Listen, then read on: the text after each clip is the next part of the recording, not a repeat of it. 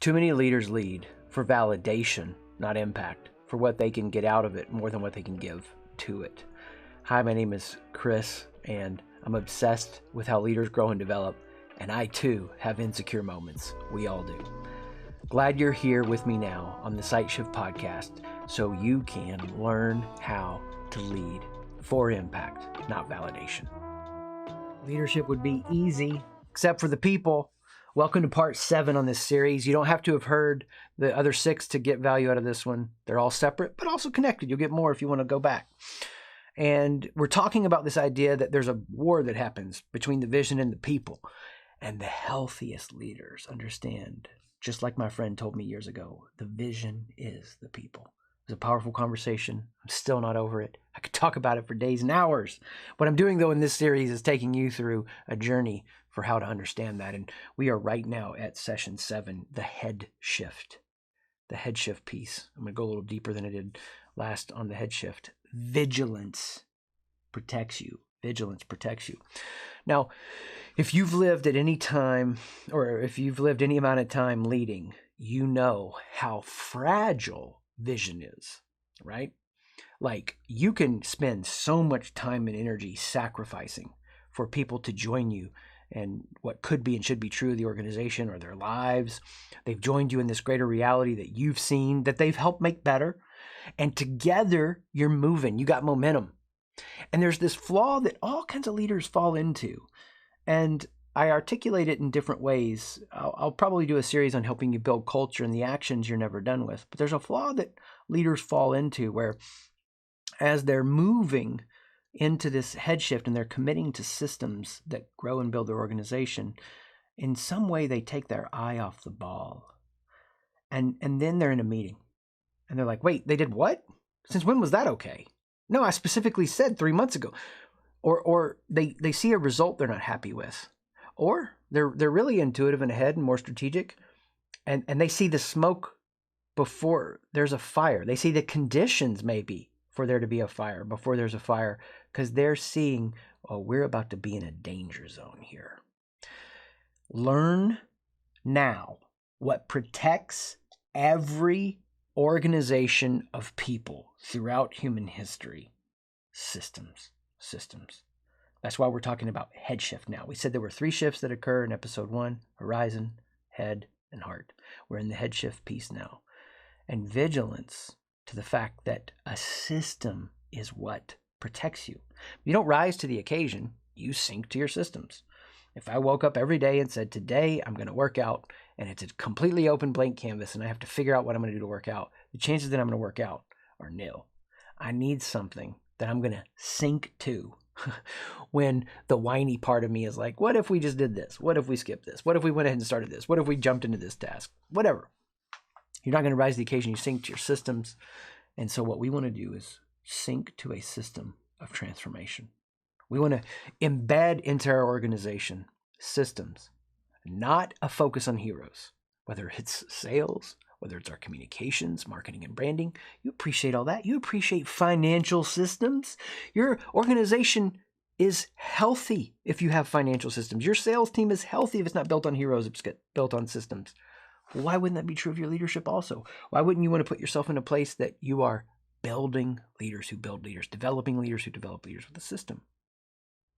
If you do, here's what they're going to protect you from.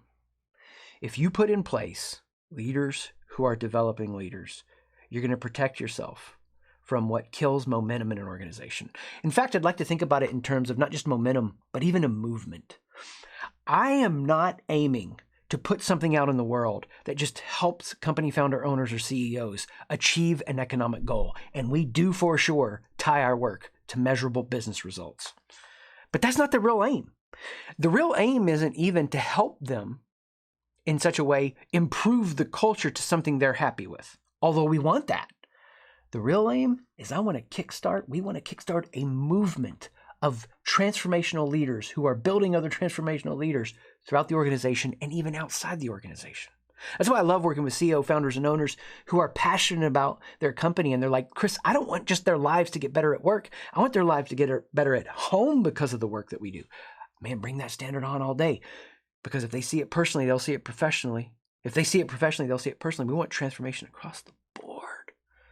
The goal is to kick off a movement of like micro mentoring, micro apprenticeships, where leaders are building leaders. That's the goal. That's a movement. We want to create a momentum, a movement within the organization that this is happening.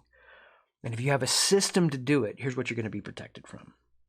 Number one, you're going to be protected from the first enemy of a movement, moral failure. Moral failure. The first enemy of any movement is moral failure.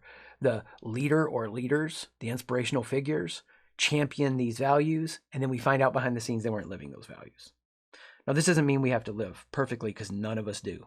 None of us do. I am not perfect. I am flawed. I struggle. I don't even live perfectly everything I share with others and teach. I'm constantly evolving. Maturity is how quick I return back to center, not perfectly always holding center. But what's happening, and it doesn't mean whatever, I don't even care about how you would define what's moral or not. I care more about what your organization claims is moral. That's the idea.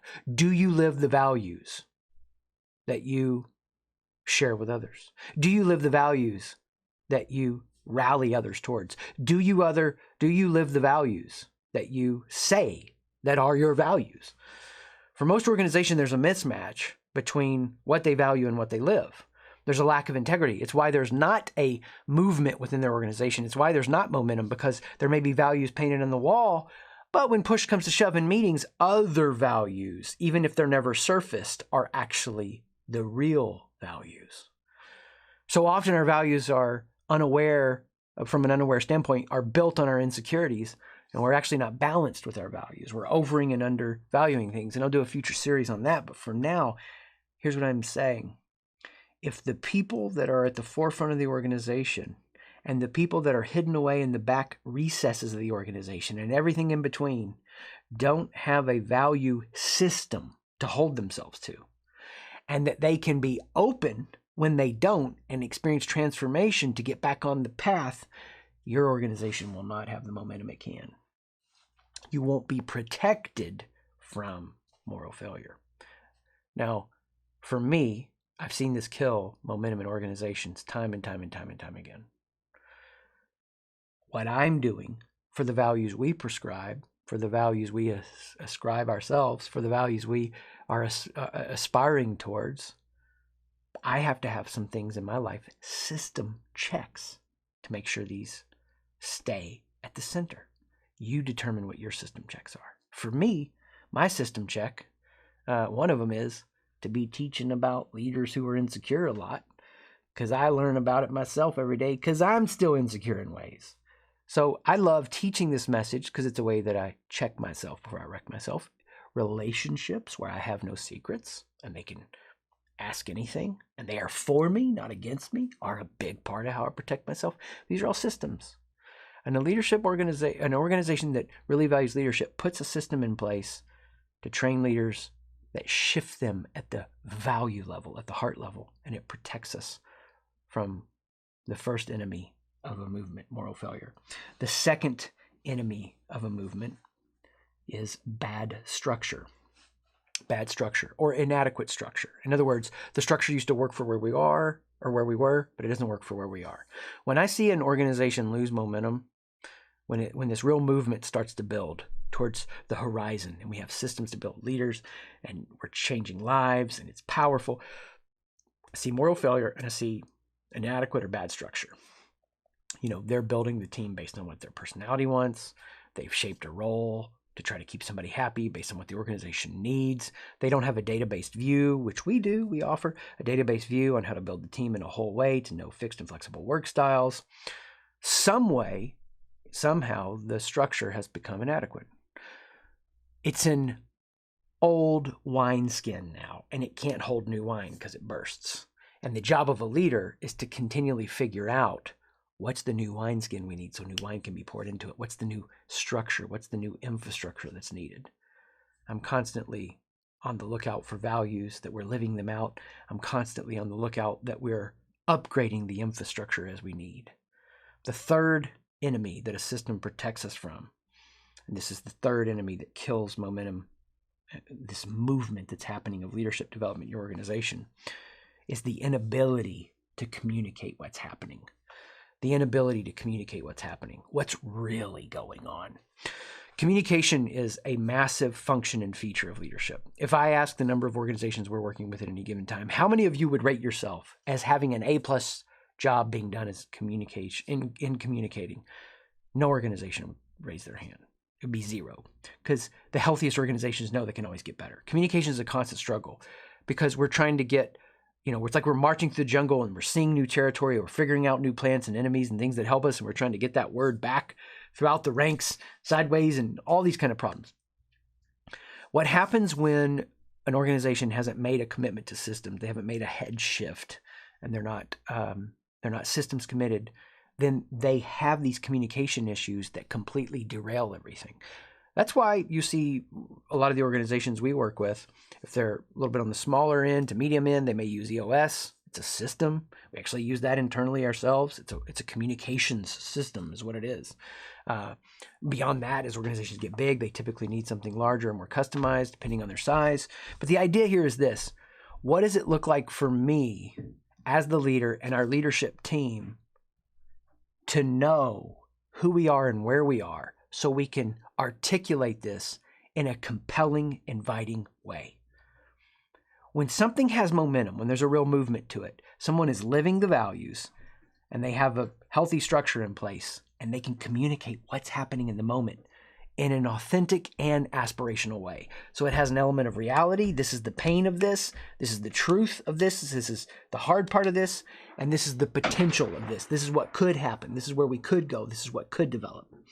And if you're the kind of leader who has the courage to make a head shift and put systems in place where you have leaders, developing leaders who are being transformed, you can not perfectly protect yourself from crisis, but protect yourself from the crises ending what's currently happening for you and the transformations you have going on. Look at this for yourself, explore, wrestle with it.